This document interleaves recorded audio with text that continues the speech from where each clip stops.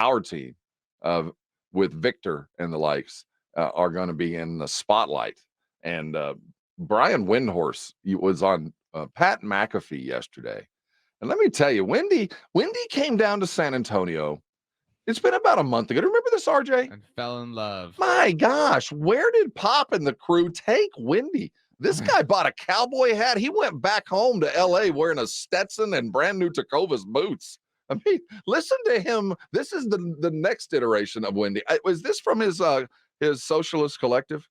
This was on McAfee. Oh, that's right. This is on McAfee. Yeah. His Highness hosted Wendy. This is what went down. Before we move on, let me say something about Wemby-Ep. Some star player, I predict, is going to look at what's going on in San Antonio and say, I want to be there. Oh, I thought of that. Go put me next to that guy. I don't know who it's going to be, but somebody is going to get – it's probably not going to be a guy who's a number one on his team now.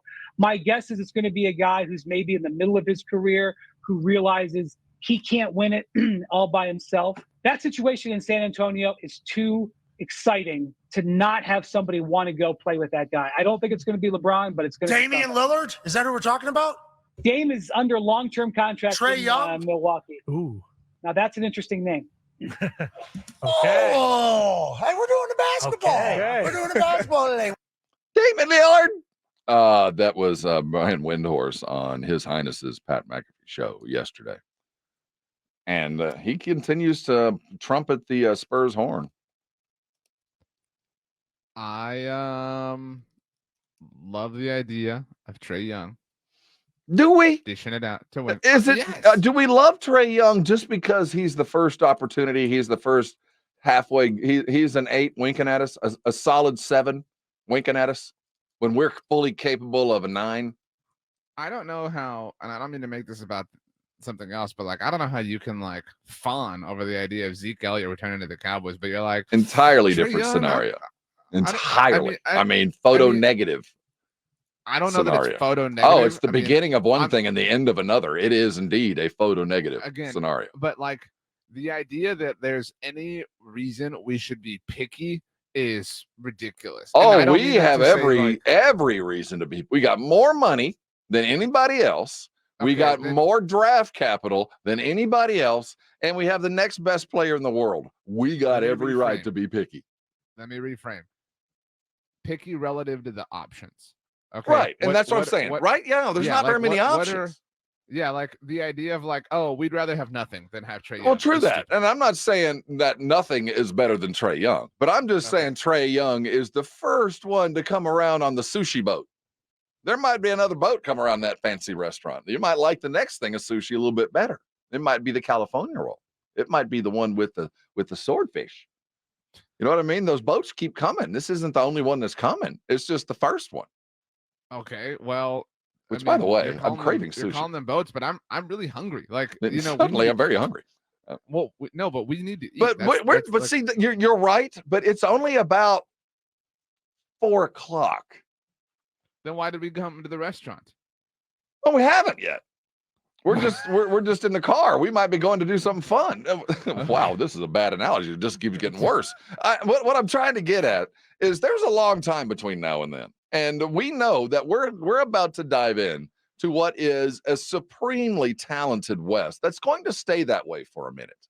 So we know that the first steps are going to be, we're going to get beat up in the next year as this team improves. So there's really no race next year or even the next. I think legitimately looking at where the talent is and where teams are in the progression, the only teams that are going to win a title in the next 2 years are either the Denver Nuggets, the Minnesota Timberwolves, the Milwaukee Bucks, and the Boston Celtics. Those are the only 4 teams that have any chance, I believe, to consistently compete at least over the next 2 years. And the natural life of an NBA team is about 3 anymore. So if I'm planning, and I'm planning for as fast as I can get there, I'm looking 2027 7 might be exactly the sweet spot. So I'm not in a huge hurry, though I am taking interviews.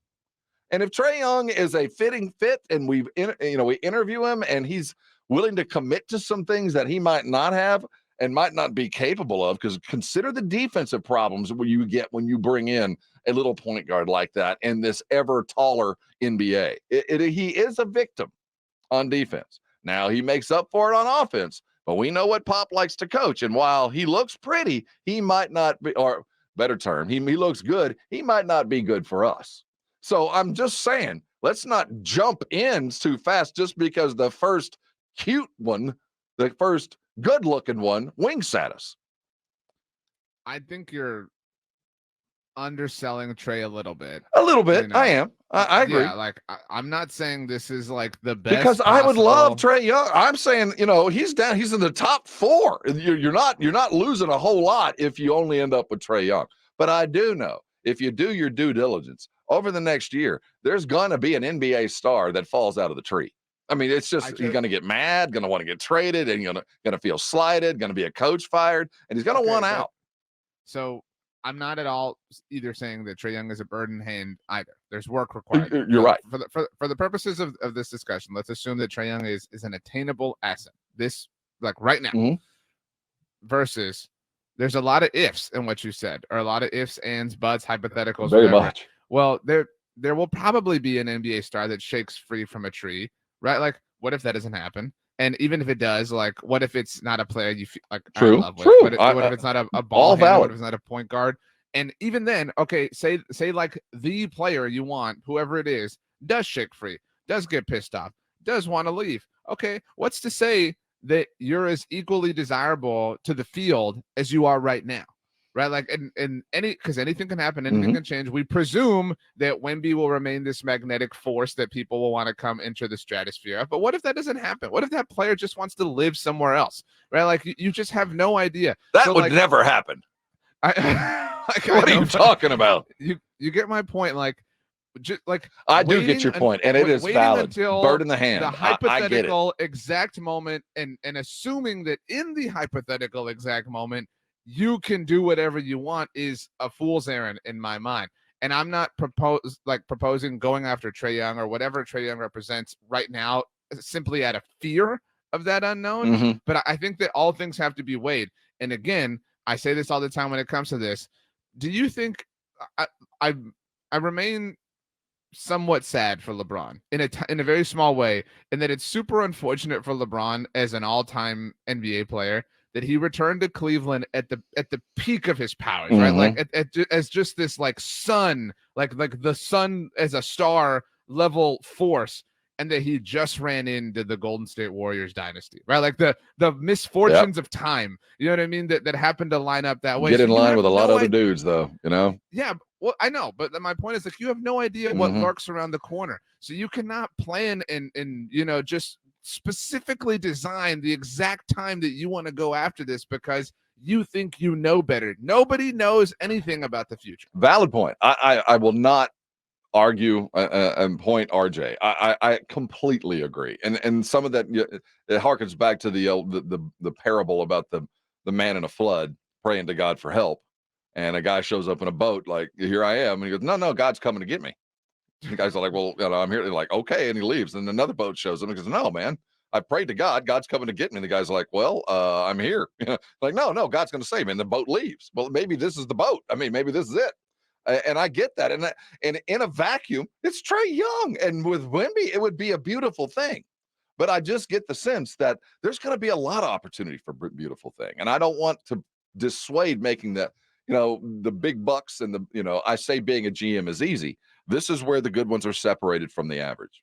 Make that decision. And it's going to have to be decisive.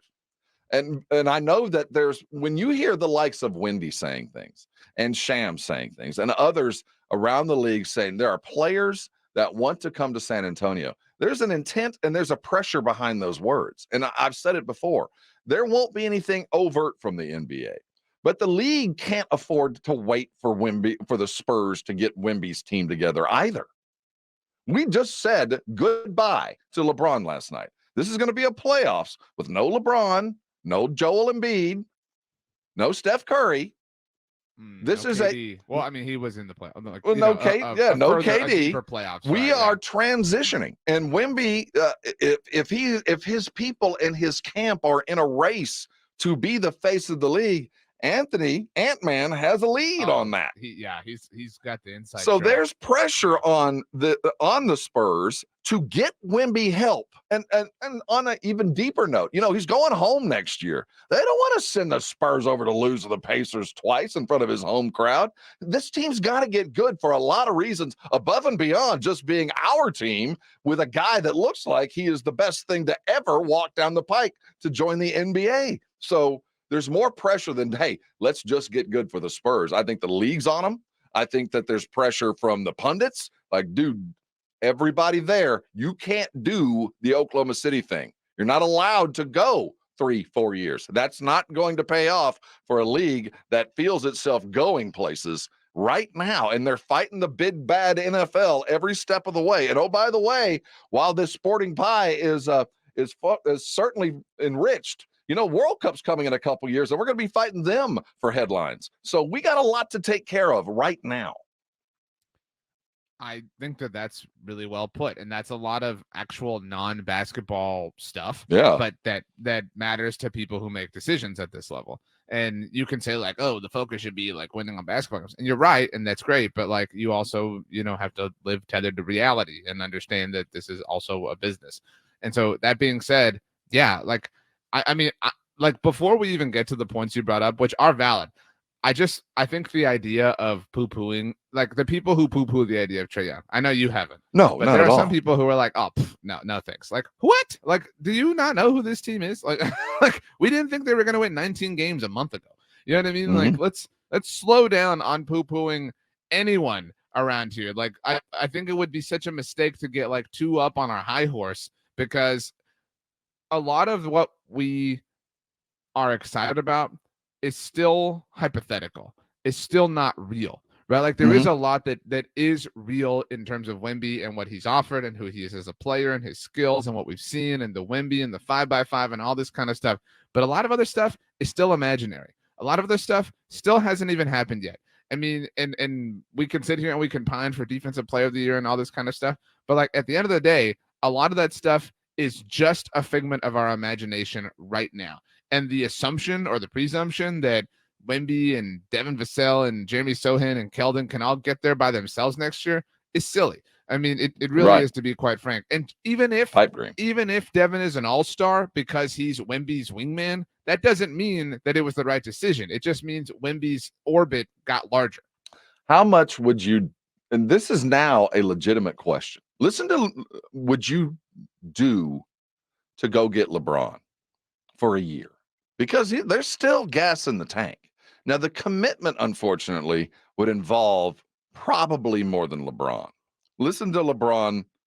This is him post-game after the gentleman's sweep was completed by Jamal Murray's jumper late in the game. Tonight, was there any thought at all that, this could have been your last game with the Lakers? I'm not going to answer that. Appreciate it. That is the most LeBron cut of LeBron's long and illustrious career, other than taking his talents, which in fact goes with that. Playing coy, come on, LeBron. We get it, but what do you think? Right now, we haven't had a chance to breathe. The fire's still hot. Is he going to be back there next year? I think so. Ultimately, I do too. I mean, I don't mean this the way it sounds, but I don't think there's another team that will cater to him the exact same way. Like the infrastructure. Oh, don't ever oversell or undersell an owner. Don't. Well, okay, let me add. I don't think there's another team with as much sort of staying power. Yeah, you'd have to have a pretty good stake in the game to risk the 3 years that it'll cost you of money and vacuum and all that LeBron would bring. It's in LeBron's best interest to stay and to work on this. Like starting over and like starting over only increases the pressure on him to like do it again. Like he's at a place like, I mean, you don't. It's silly to like quibble about the like records and accomplishments, but like LeBron has won a title for every team he's ever played for. That changes potentially. You know what I mean? If he goes somewhere else, especially in the short term with the Spurs, right? And he doesn't. Now Wemby is different. It is. You land with Wemby, things are a little bit different than anything that's ever happened before. But you do risk being Michael with the Wizards. You really do. But he's not that yet. Like even if the Lakers continue to flounder or whatever and hit the like final, I don't know, 2-3 years, whatever it is with LeBron, he'll never be that. You know what I'm saying? Because Right. he'll always have had the title. So he'll never have been Jordan with the Wizards. That's one way he's able to distinguish himself, from Jordan. Not that you generally want to distinguish yourself from Michael Jordan, but you know what I'm saying? Like, so I don't think he leaves. I think it's in his best interest to stay and to continue to, try to lure whoever he can to join him. But it does kind of have to start with the premise of, if he was available, would you get him? And I think that's a good Brigade Bar question. Hey, Brigade Bar, you listening to anybody out there? 656-3776. Call us, text us, type us, whatever you want. The open premise: if LeBron was open to coming to San Antonio, would you do what it took?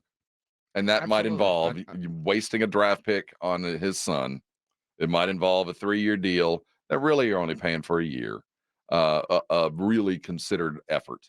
But that cost might be worth the benefit of LeBron and Wemby on a world tour, which would be indeed a beautiful thing.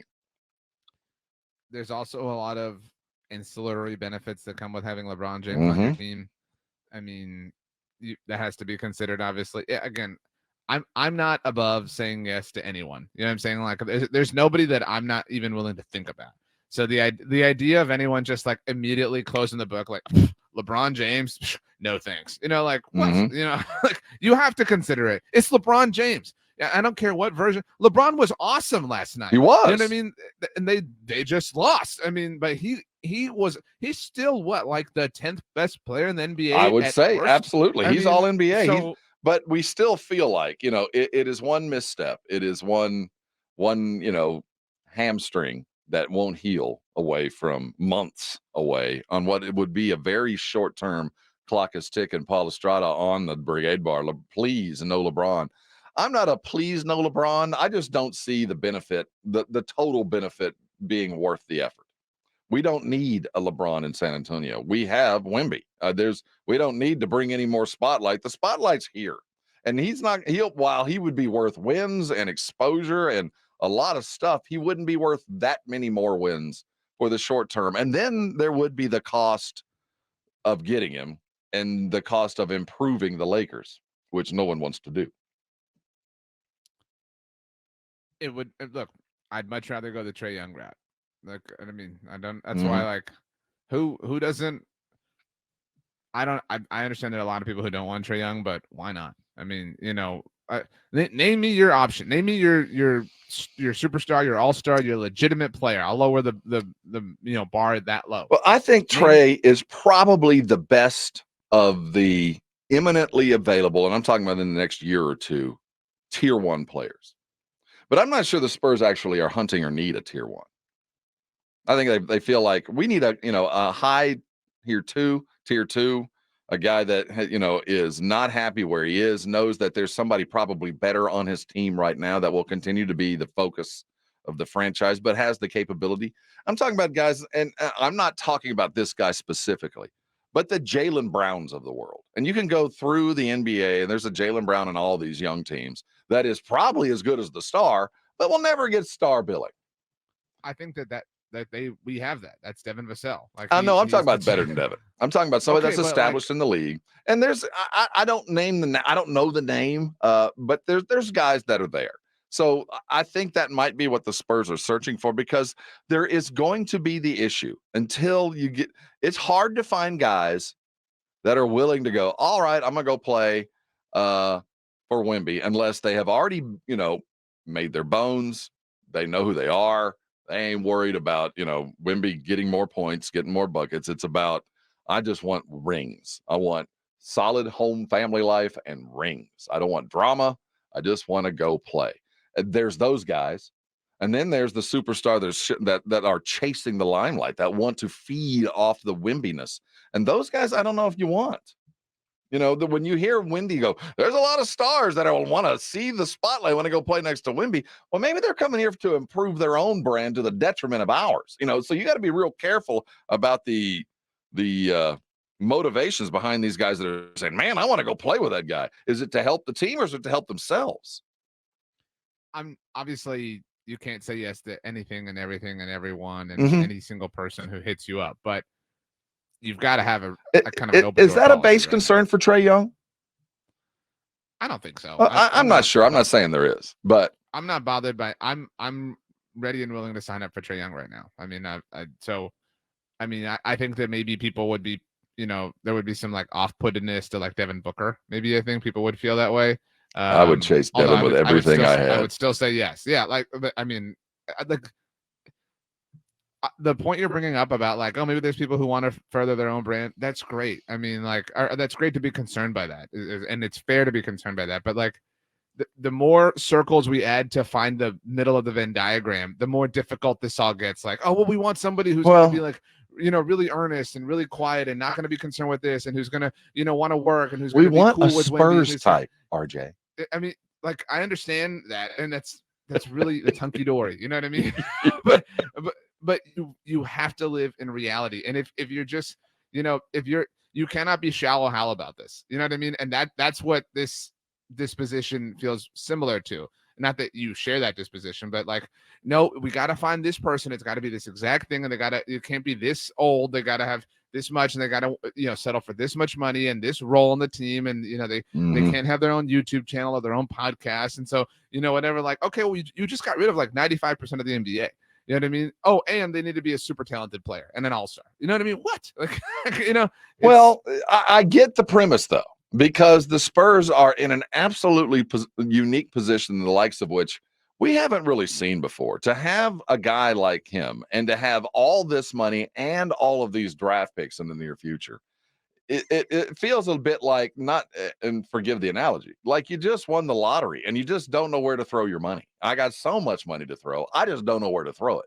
And you don't want to throw it the wrong place. So it's an RPP for sure, but it's the worst kind of problem, because the kind of mistake you could make, the dollar values are not just doubled, they're quadrupled. The effect on yourself and your livelihood, your team's future for the 5 years or whatever it might be, and the spate of the league. I've seen lots of teams collapse under the weight of the situation the Spurs find themselves with a vast amount of talent, a lot of money, and a lot of picks, and everything went wrong. And it didn't seem like that first mistake was that big, but it was. I understand that, but you have to also trust yourself to be willing to think your way out of problems, right? Like, you want to bring in player X and it doesn't work out. Oh no, well, you can't just like fall into the corner and cry. You know what I mean? Like, you've got to be willing and able to adjust and to adapt and to figure things out. Like, this is, you mentioned this is the worst kind of problem. This is the best kind of problem. This is, you have to be ready and willing to go to work every day. It isn't, okay, we're going to assemble this team and then we're done. And then Brian Wright, and I'm not accusing Brian Wright of wanting to do this, but then Brian Wright can, like, just step aside and be done. The roster's built. Now y'all go win championships. No, like, this is, you're in this every day for all of Wemby's career. But this has to be constantly churning. We're LeBron is how old? You know what I mean? And we're sitting here talking about like, what's the best position he can put himself in. He is who he is because he's treated his career like a corporation. That's what this is now. You have to approach it with that same mindset. Yeah, but that corporation took his talents. He left. Right. I mean, well, he didn't have the help he felt like he needed. So maybe learn from that. That is the great fear, right? Yeah, I mean, maybe give Wemby more than Zydrunas Ilgauskas and Boobie Gibson and, whatever. Like, give him a legitimate, and at least try. If it doesn't work, oh no, Rob, what's going to happen if you trade for Trae Young and you don't win the NBA championship? Oh no, we didn't win the NBA championship. Well, we have no idea what that's like over the course of the last decade. Let's not go down that road. I'm seeing across the Briade bar, and we're going to talk about those guys that are out there and the kind of guy you're chasing, because two that have crossed, one Paul George, and then I saw Jimmy Butler. That's one style of player, and I'm talking about those are the kinds of players that you chase. I'm just not sure that's the first player that you chase. And when we next look at the Spurs, about 8:30, when we look back around the NBA, be here, because we're going to look directly at those guys like the Jimmy Butlers, the modern day, Drew Holiday, the stars that truly can help but are not the tier ones, the tier twos that might be the second type you're chasing.